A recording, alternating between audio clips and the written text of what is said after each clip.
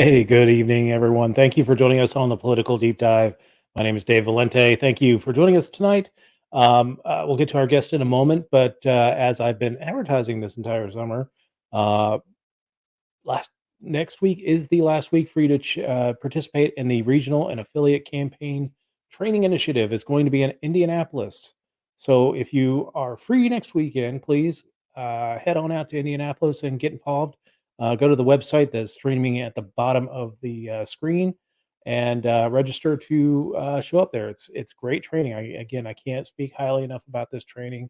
Whether you want to learn how to do social media, whether you want to learn how to be a campaign treasurer or a state of or local affiliate treasurer or chair or you know any number of skills, you're going to be certified within the database as to being a certified trained person within the Libertarian Party to be able to carry that message forward. So, again, please, if you've got some free time and get to Indianapolis next weekend, uh, go ahead and see that training. Kara Schultz, Michelle McCutcheon. This week they had Steve Sheets training out in Philadelphia or in Atlantic City. Um, they'll have Tyler Smith, they'll have Chris Clements, just so many great people. Apollo Bazell has also taken part in the training. So many great people involved, and I can't speak highly enough of it. So if you get a chance to, go ahead and do it. This is the last week I'll be bothering you about this one because after this week, it's over. So anyway, it is my distinct pleasure to invite to the stage our guest this evening, and that is Desarae Lindsey.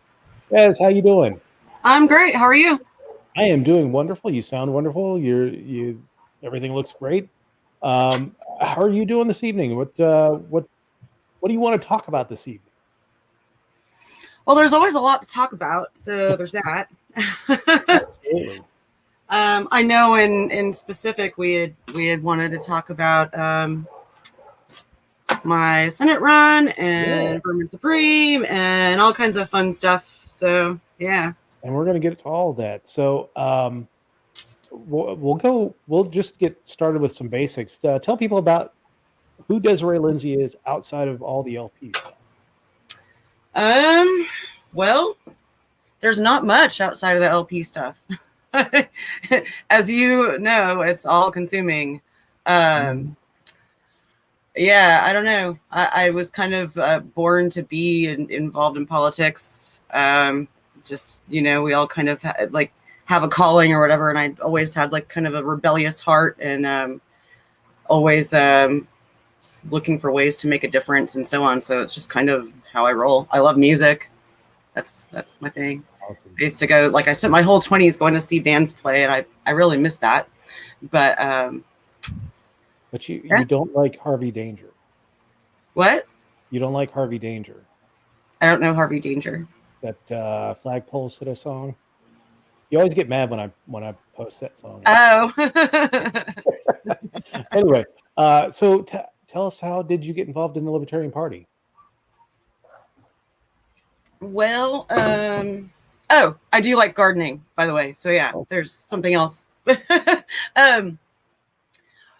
in 2011, not 2010, 2011, Ron Paul was running for president, and I was really drawn to the revolution with love backwards in the logo.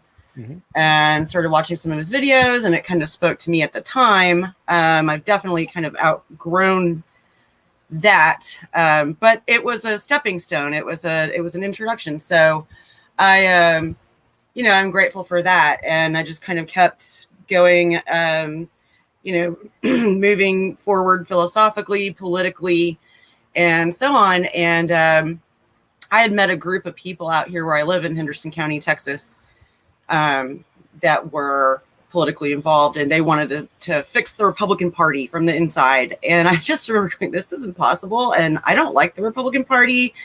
I went to the convention in 2012 or 20, yeah, that was 2012, the state convention, and we're doing platform, and I just wanted to run out of there screaming after I went and knocked everyone upside their head going, what is wrong with you? But anyway, I remember looking at the Libertarian Party platform and going, this is where I need to be. I love our platform. I loved it then. I love it now. I think it's beautiful. And yeah, I just haven't looked back. I reached out to my state party and been doing this every day since, and met some of those amazing, beautiful people. And, we like to shenanigan together. So I love it. Excellent. So one of your most high-profile roles within the Libertarian Party is that you were campaign manager to Vermin Supreme's presidential campaign in 2020. How did that come about? Well, I am a big Vermin fangirl, and I love that kind of subversive brand of activism. And as everyone is most likely aware, he ran in the Democrat and Republican primaries in different years to troll the duopoly.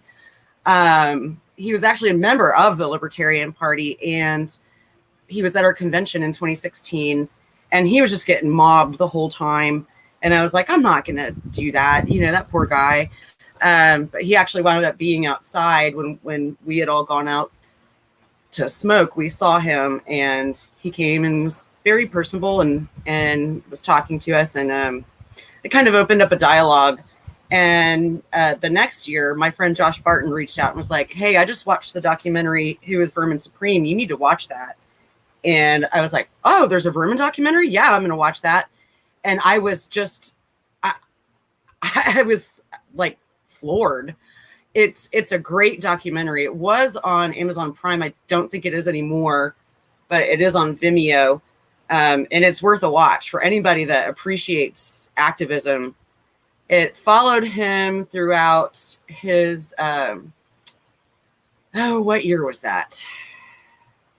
2012 campaign? I'm not sure. When he ran with, oh my gosh, I'm totally just going blank all the time. The rent is too damn high, guy. Yes, that must have been like 2008, 2012. Yeah. Yeah. It followed him, I'll say, through the Occupy movement. And it was so beautiful to see Vermin in action, and in a way that I had never seen him before, like with the direct action activism. And that's, that's what he does. That's what he's done for like 40 years. And a lot of people don't realize that. He's the person that can get in between the activists and the cops and can bring peace to both sides. It's just, it's a thing of beauty. I'm getting goosebumps right now thinking about it. But anyway, I'm rambling. Y'all should definitely watch that film, Who is Vermin Supreme? And I don't know, I was talking to a friend of mine, Paul Stanton, and was like, wouldn't it be kind of interesting if Vermin ran a legitimate campaign in the LP? And we're like, oh, we're going to do this. So we reached out, and, Vermin took a little bit of time to talk to his wife and to think about it, because it's a serious campaign isn't anything he had done before. So it was kind of outside of his comfort zone, but he was like, you know what, let's do it. And we came in third. I mean, that's pretty good. Yeah. I mean, so every LP presidential nomination goes from, a candidate or two, like 5 years out, to like 300 people running.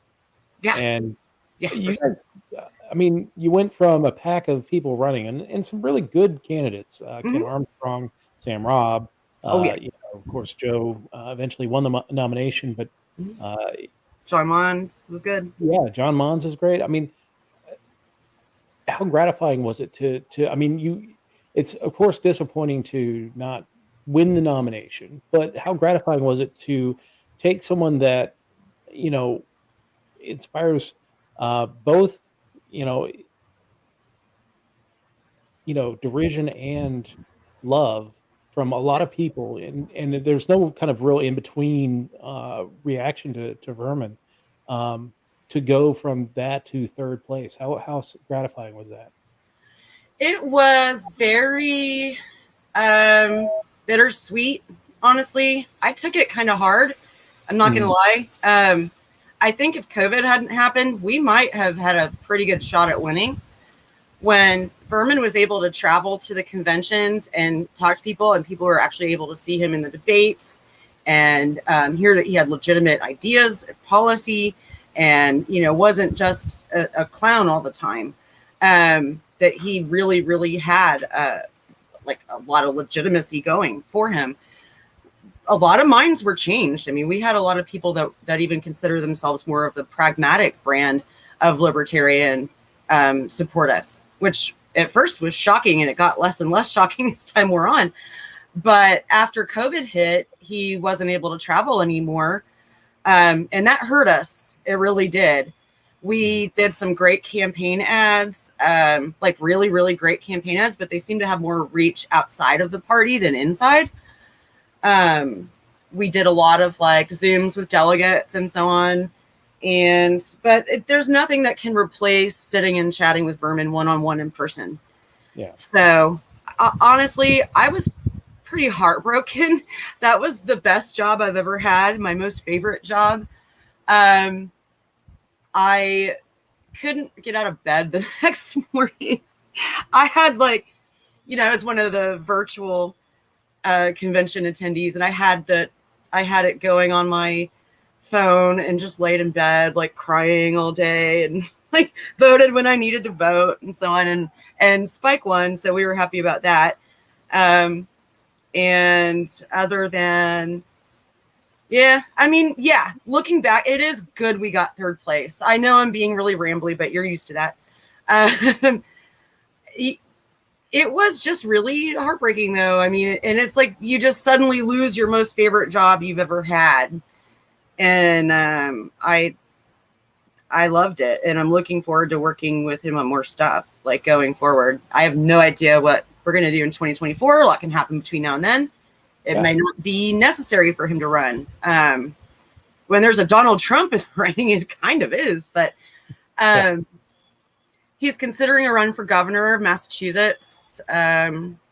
We floated the idea with Ashley Shade of them running together for governor and lieutenant governor. So we'll see what happens with that. She's got a few weeks left of her campaign for city council, which she's going to win. So yeah, that's exciting. Ashley's been a prior guest, and I love, her message, and and yours is very much on the same line. The peace and love message, and love being a guiding foundation to your message. So I guess, one of the questions I had was, if Vermin runs again, are you in? Are you on board?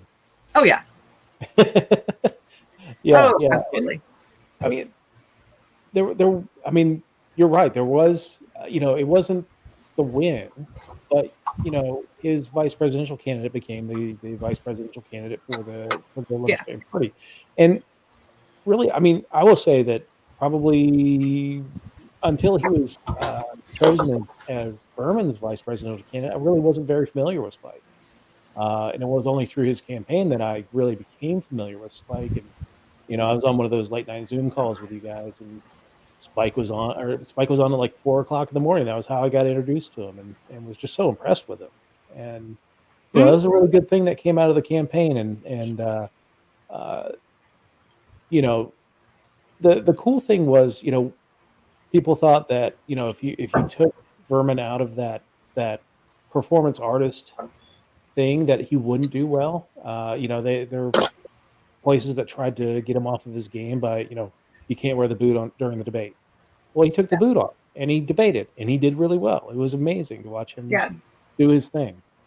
And he did that anyway. But that was an obvious shot at him, and also at Dan Berman. Mm-hmm. Dan had that big yellow hat, which I loved. But he was already and he would show up with the boot on and say, "Look, it's not attached to my head." So yeah. So let's talk about you. You are now running for Texas State Senate. Now, I'm guessing that you don't have a district just yet because we're waiting on redistricting to go through. Well, I most likely I don't think my district will change. It's probably in the more populated areas that it will. It's mostly rural. It's huge, and the proposed map right now shows it's got a little bit of Montgomery County currently, which is down by Houston, and sort of by Houston. And it looks like they're going to remove that and add a little bit of Jefferson County.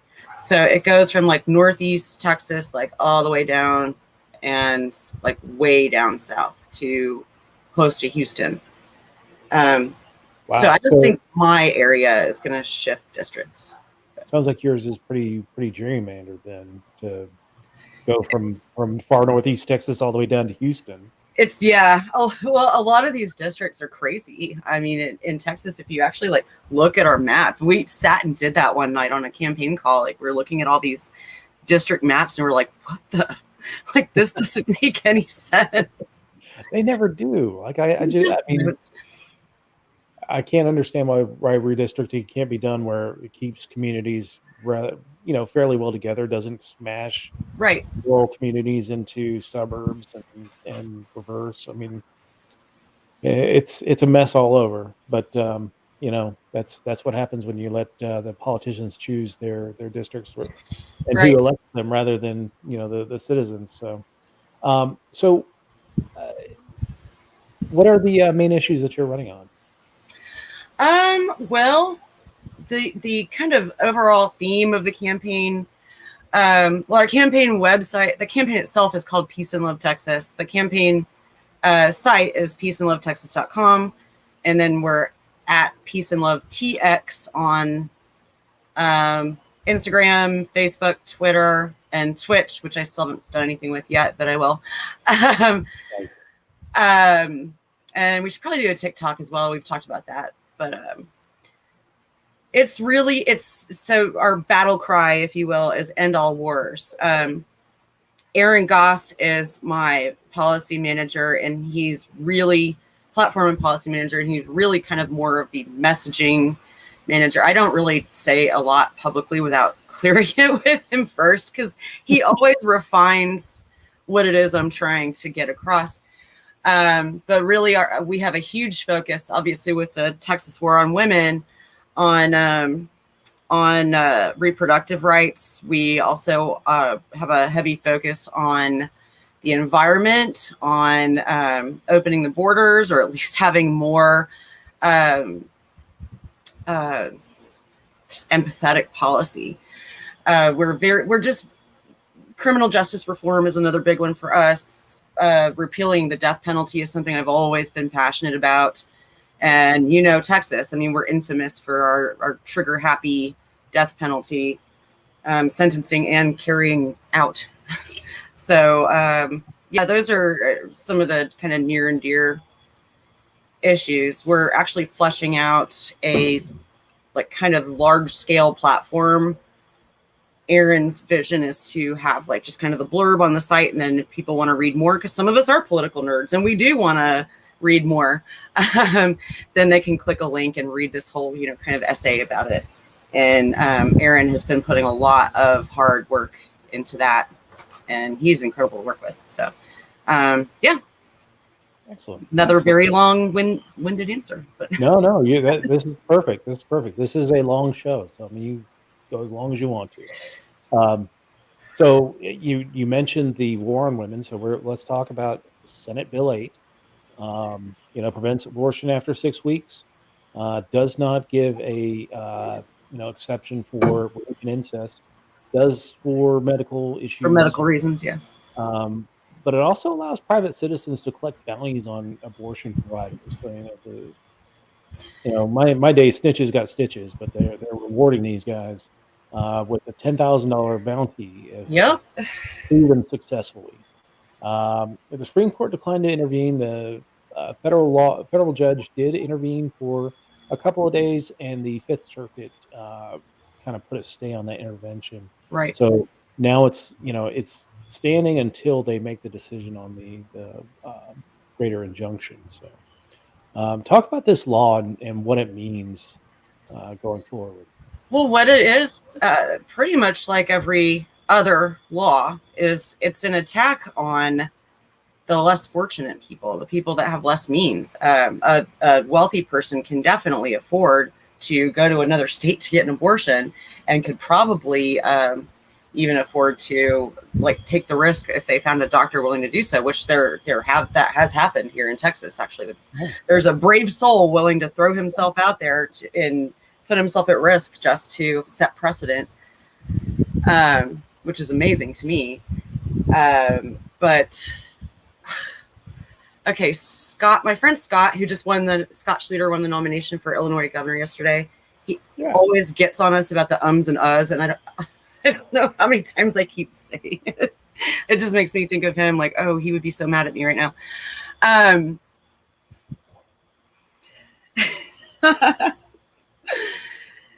Yeah, so I'm sure you heard nationwide on October 2nd, there was a women's march. So the nonprofit Women's March organized this.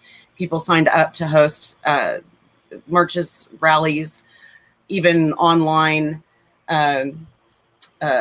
presentations and whatnot in their area. If you looked at the map that had all the events on it, it was just covered. It was a beautiful thing. Even in Alaska and Hawaii, I loved seeing that. It was just the solidarity of all of these people, not just women, all these people coming together to fight for all of our bodily autonomy. It was a beautiful thing. And I was actually supposed to go to the one in Austin, and we had wanted to go as the campaign to go into the belly of the beast, even though I live closer. Like there was one in my district. And then we found out there was one even closer to me in my district. We wound up not being able to go to Austin. So Tyler and I went to the one in Palestine. And then he decided after we left there, like, he was like, why don't we go to the Athens courthouse in our county and just hold our signs? And I was like, hey, let's do it. So we did that too. So we got to make our voices heard in 2 different counties. Pretty cool. His sign said abort Abbott. You know, we had a little bit of activism for our local affiliate here, and we were at a youth fair, and the table next to us was one of these anti-abortion tables that scream about pornography, but then show pictures of dissected fetuses and all that stuff. But one of the things they were giving out were these little miniature fetuses. They're like this big. They're giving them to kids. Oh. Yeah, it's gonna freak them out. Yeah, I mean, I'm glad that I do have some self-control, because I was going to bring a vacuum to the fair and just say, hey parents, do you want us to get rid of that fetus and just vacuum it up? Oh, that would have been awesome. Not gonna lie. It was awesome. It would have been awesome, but it would have been awful too. It would have really bit me in the ass. Yeah. Yeah, my sense of humor. So I love your sense of humor.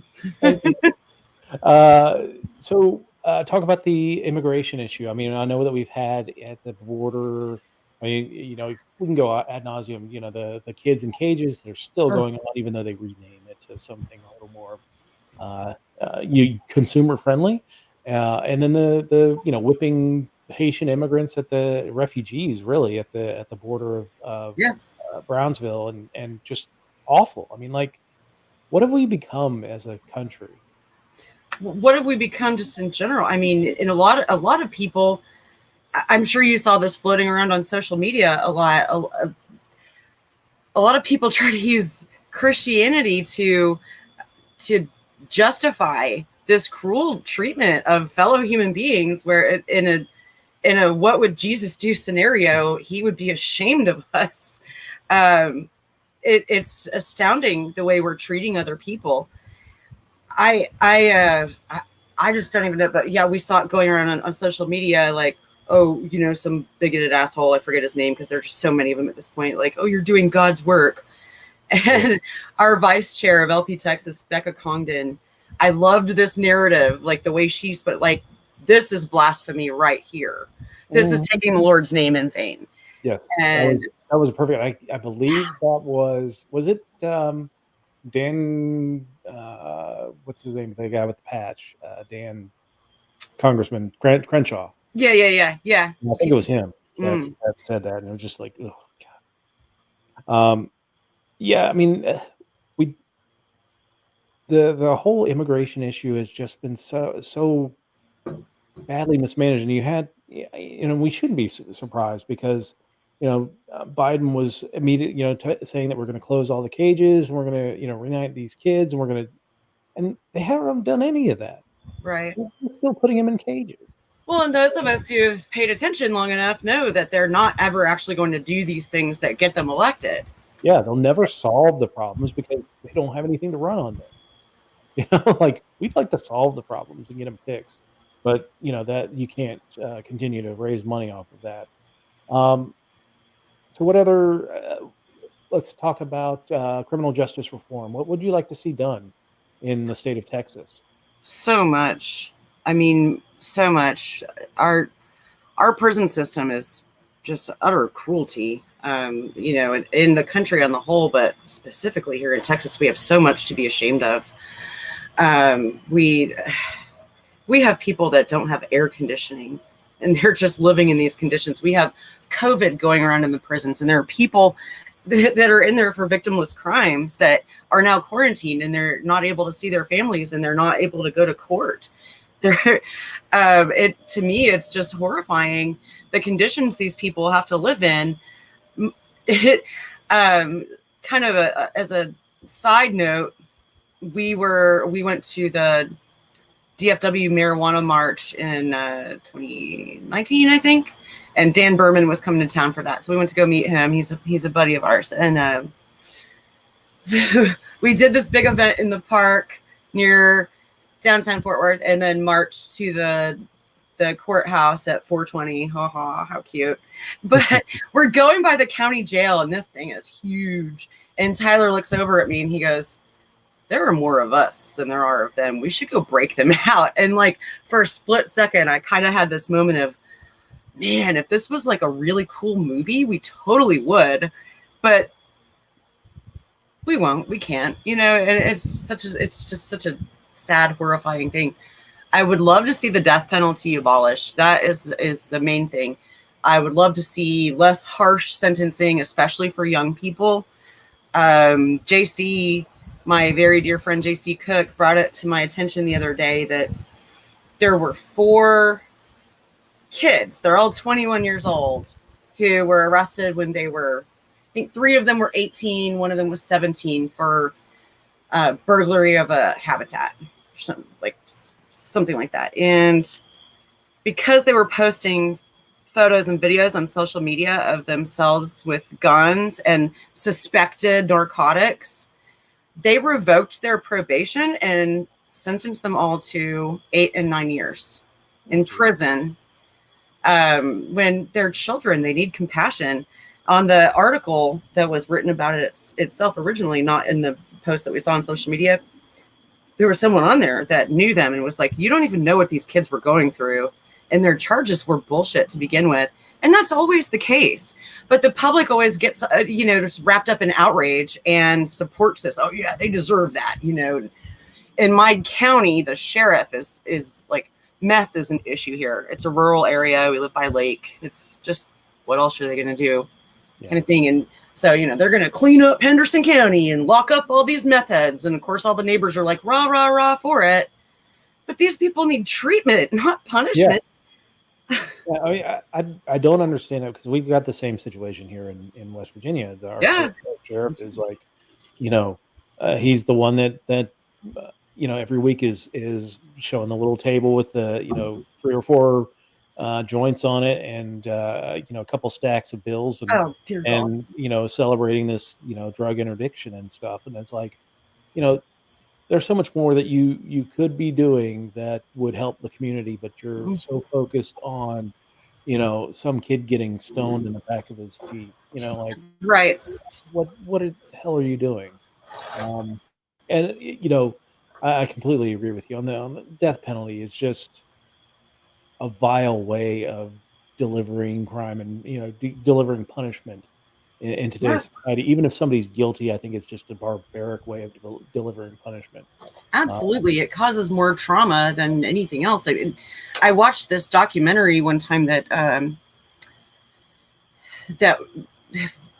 where a lot of the executioners themselves, former executioners, prison chaplains, et cetera, were interviewed, and they had just a lot of trauma themselves, like having to be the person to carry out the sentence, to watch this person as they breathe their last breath. I mean, it and a lot of the times it doesn't bring peace to the victims' families. There are some that want, an eye for an eye, but for the most part, it doesn't bring their loved one back. and it just creates more victims and more trauma. And the thing that really gets me, though, I used to actually support the death penalty because I was just ignorant. Me But too. yeah, there was a highly publicized case back in the 90s. I discovered it like early 2000s, where it was like 3 teenagers who were convicted on just bullshit conjecture and satanic panic. And one of them was sentenced to death. He was 18 years old. And I watched 2 documentaries that came out about it. And like, oh my God, he reminds me of my brother. Like, that would have been my brother if he had lived in that place at that time when that happened. And it just really made me rethink my stances. And then, you know, you go and you find out all these people that have been posthumously exonerated. And you're like, what? Why are we doing this? It's barbaric for the guilty, Yes. but for the innocent, and there are many Mhm. that have been, you know, proven innocent. Most of them people of color, by the way. Yes, and most of the people getting convicted and sentenced to death are people of color. Mhm. And then Texas, especially the rush to put the needle in their arm, or whatever method they want to use. Um, but regardless what they use now, because countries are making it harder and harder for the United States to get the drugs to kill somebody. But Yeah, but we'll use expired drugs. We don't care. oh yeah, Yeah. as long as they're dead. I mean, Yeah. who cares? It doesn't matter if they suffer on their way out, but yeah. Yeah. I mean, it's such a barbaric practice, and one of my happiest moments was passing the anti-death penalty plank in the libertarian platform back in 2016. That was Yes. one of my happiest days. It was like, yes, killed that. And I'm Same. just like you. I was a young dumb kid who was like, kill them all, let God sort them out type, and you just put that 2 and 2 together, like, well, yeah, but that person was innocent. How do you undo that? And you can't. You can't. Yeah, that's the thing. And for the death penalty plank, just real quick, I love that you said that. I had joined the LP Texas platform committee that same cycle to get an anti-death penalty plank on our platform because we didn't have one. And so I was very fortunate that I made it onto the platform committee and that it barely passed in Texas. Big shocker. We had people arguing Republicans can't run on our platform if we have this on there. And we're like, exactly. First of all. But yeah, and Whitney Bilyeu that's the first time I'd worked with her on anything. She was on that platform committee as well, and she was really passionate about it as well. So we really kind of huddled about it, and she had changed a lot of the wording at our convention to make it passable to some of these people that were resistant.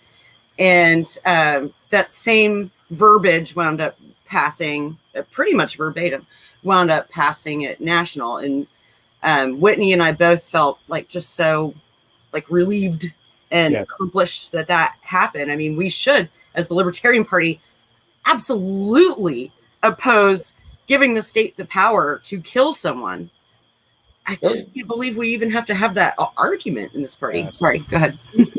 Two of my proudest moments as a libertarian were the passing that death penalty plank, and then the sex workers plank in 2018. Yes, just awesome. Just that was beautiful. Yeah, loved both of those battles, and so glad that it faced a little less contention at our national convention, but there were still some issues with the wording, and I think it was Whitney who came to the rescue and just kind of dropped what Texas did, and everybody's like, oh, okay, yeah, that makes sense. Yeah. And then it passed. He's awesome. So, yeah, I love Whitney. So let's talk about ballot access.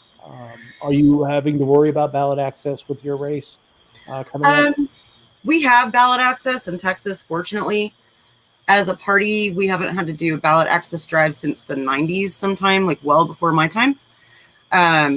Huge shout out to Jeff Dial, who was one of the champions of that. He actually just passed away from COVID a couple weeks ago, and it's quite a loss for us in Texas. A lot of us argued with him and so on, but he was a good guy with a great heart, and I'm tearing up a little bit thinking about it.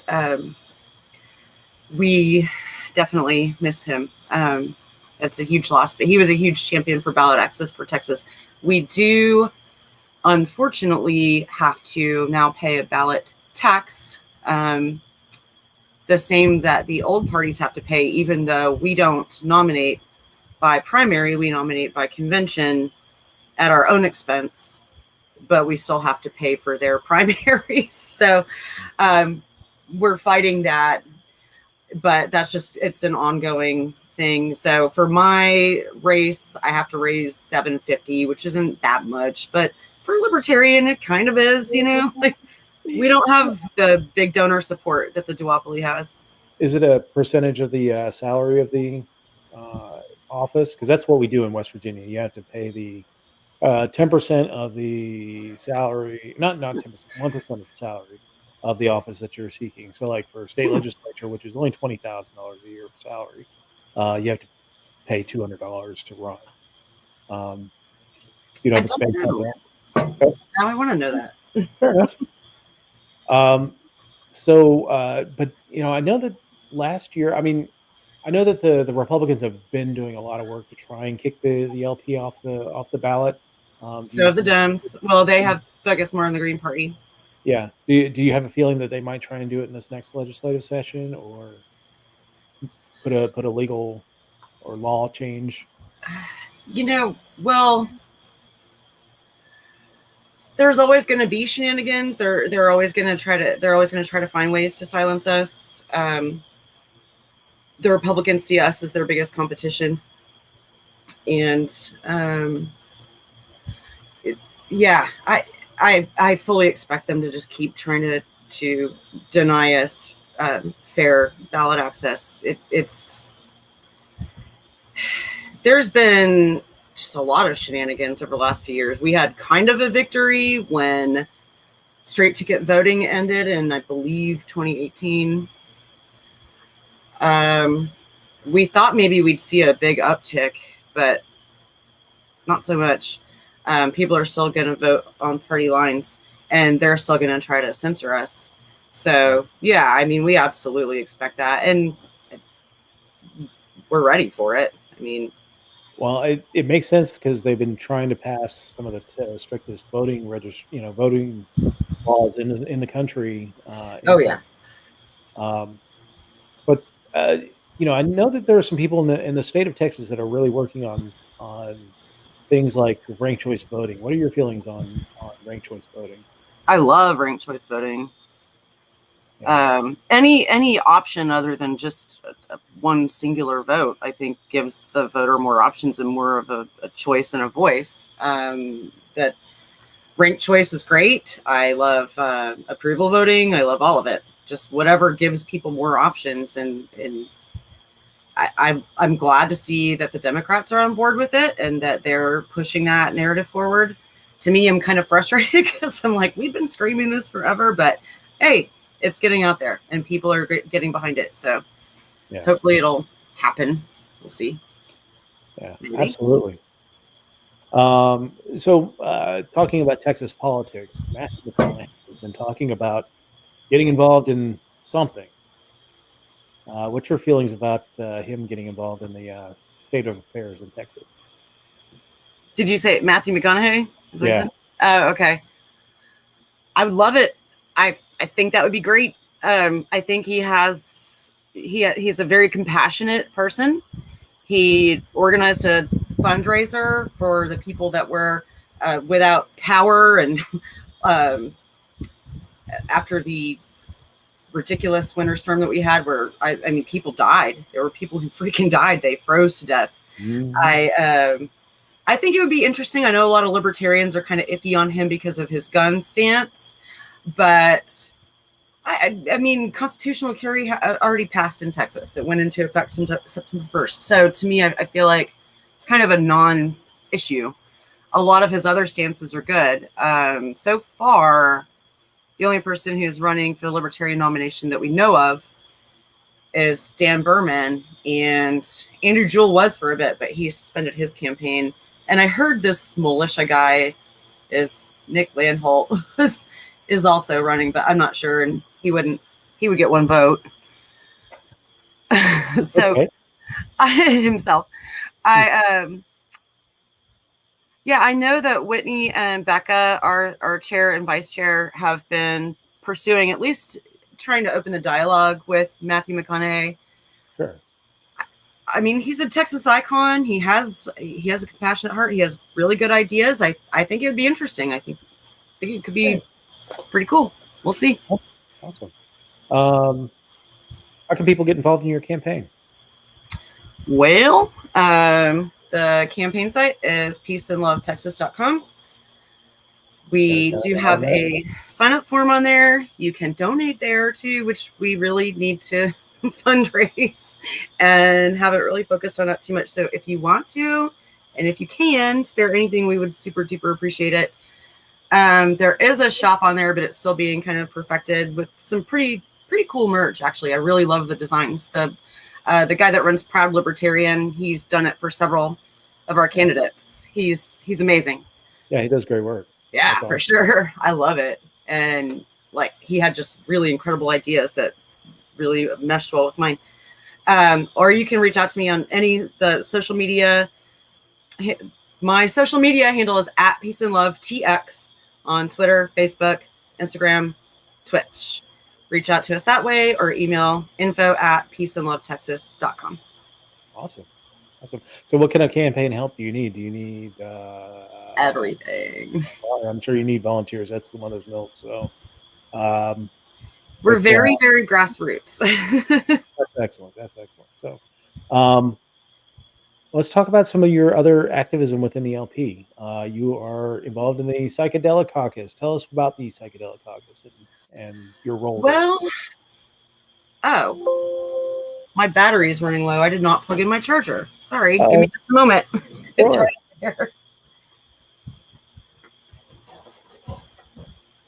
Okay. Sorry about that.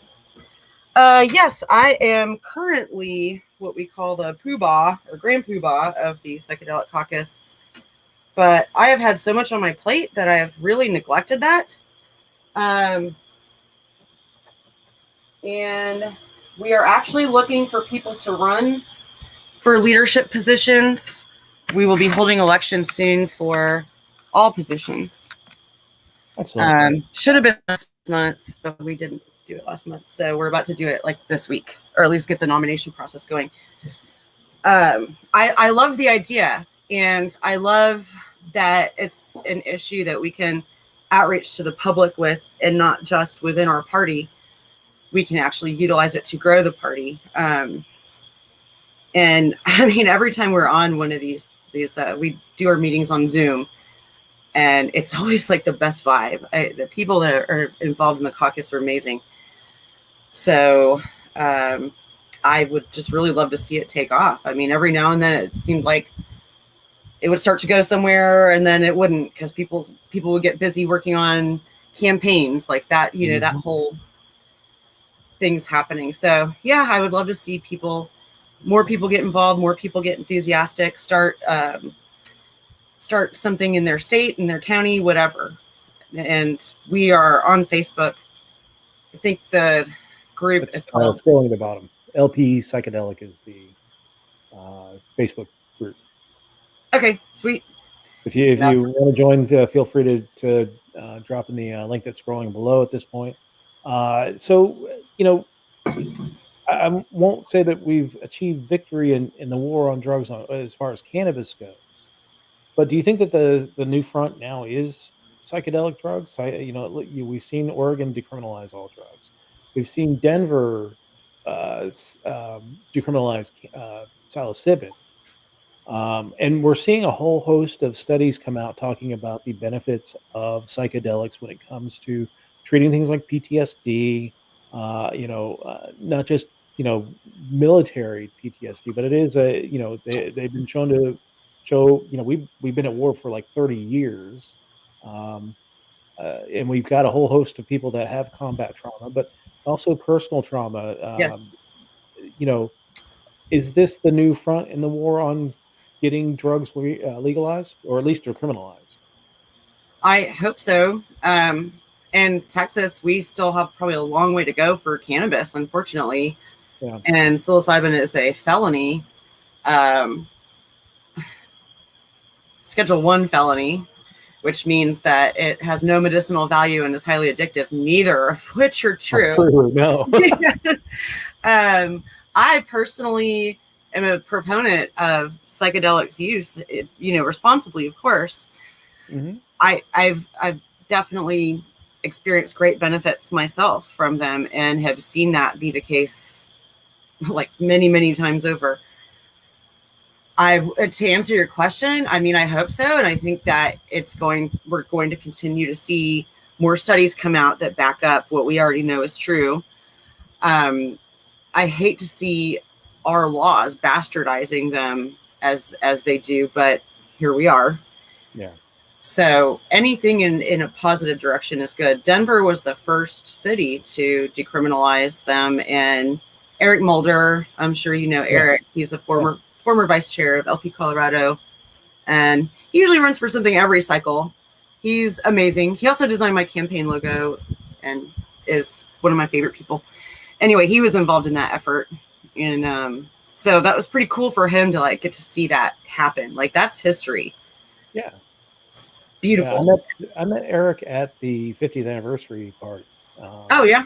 Yeah, he is running for, I believe, State House or State Senate. Or no, he's running for Congress, I believe. Congress, yeah. He's running for Congress. But yeah, tremendous job, and I'm hopeful to see that efforts expand throughout the country. That it's not going to happen in West Virginia anytime soon. Yeah, we live in very red states. Yeah, yeah, and but perhaps Maryland will be a little cooler. I can just scoot across the border. That's kind of like what we are with cannabis. We passed medical in 2017, still don't have a dispensary open. Oh, really?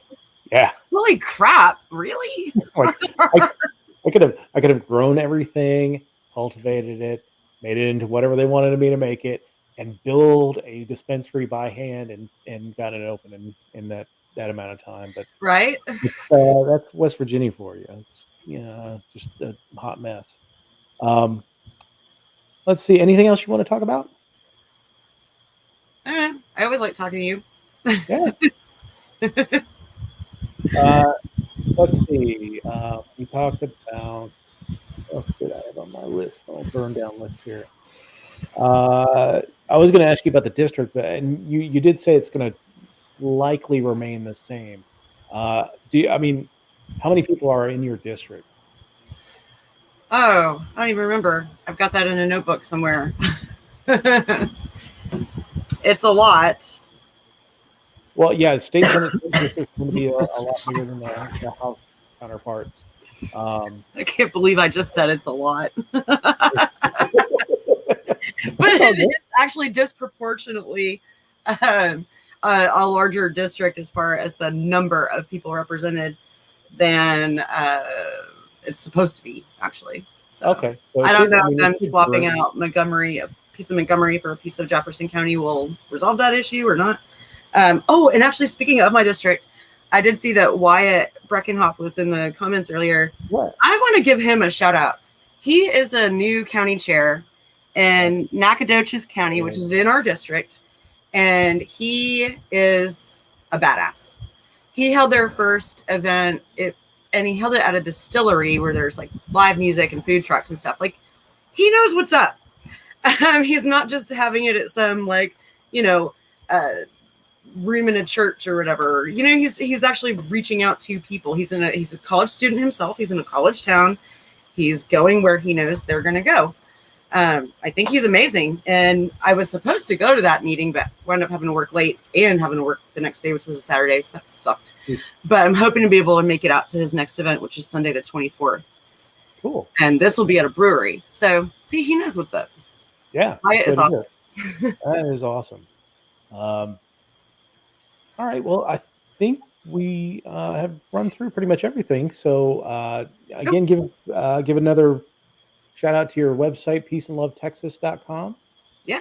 And your Facebook page and all your other social media is at Peace and Love Peace and Love TX. TX. Word. Yes. I wanted it to be uniform, and you can only do so many letters on Twitter. So yeah, Twitter's a pain. I found that out after I did mine. And please donate if you can. Please. Like, yes. I really suck at asking, and I just haven't. But I know I have to. If you're going to be a candidate, you have to get comfortable with asking people for money. So if you can, please, we'd appreciate it. Well, the best thing about asking people for money is that, really you're providing those people a good service, that you're out there expanding the message of liberty, getting people to vote for a libertarian candidate, and hopefully influencing policy, no matter how the election goes, and that perhaps people pick up that idea of ending the death penalty and ending war on drugs and all that stuff. So, well, yeah, that's why we're definitely going after young people, with our campaign, and they're the next generation of voters, of the people that are going to be in office and so on, and they don't want the death penalty, so they don't want Haitians getting whipped. And Carol, you're right. Donate.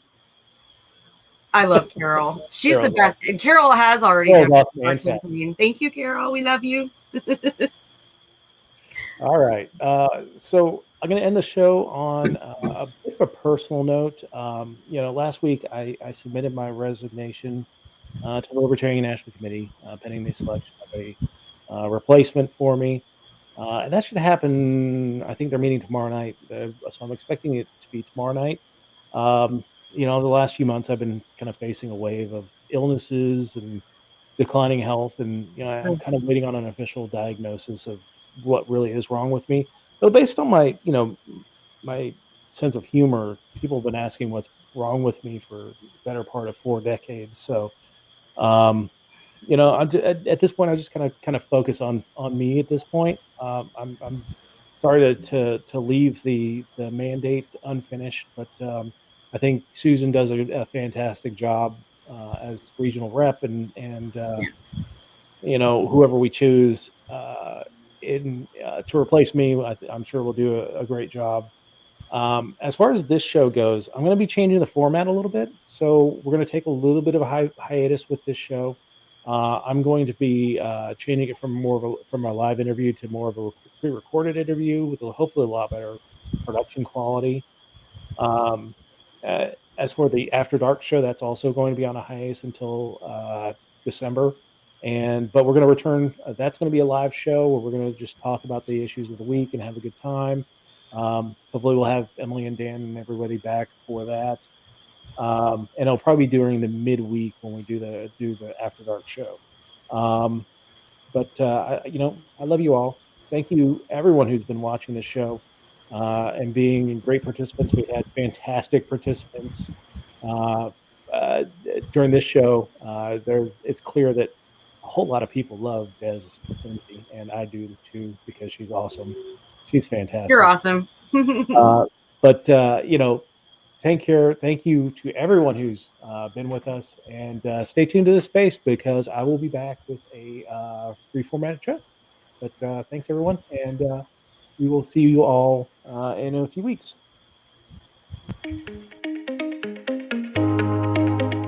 Thank you for joining us on the Political Deep Dive. We air every Sunday night at 8 p.m. Eastern. You can get regular updates on our show and our guests by following us on social media on Facebook.com/ThePoliticalDeepDive, all one word, on Twitter.com/PoliticalDeep, all one word, on YouTube.com/Papaduke, PAPADUKE, on Twitch.tv, The Political Deep Dive, all one word, and on Mondays, the audio of this episode is uploaded to SoundCloud.com/ThePoliticalDeepDive, all one word. And you can join in on the fun on Instagram.com/ThePoliticalDeepDive, all one word. The best way to support the Liberty Movement is to join the Libertarian Party at lp.org. Give us a like, a share, and a subscribe on whatever platform you're watching from. It helps extend our reach, and we greatly appreciate it. We look forward to seeing you next Sunday night at 8 p.m. Eastern.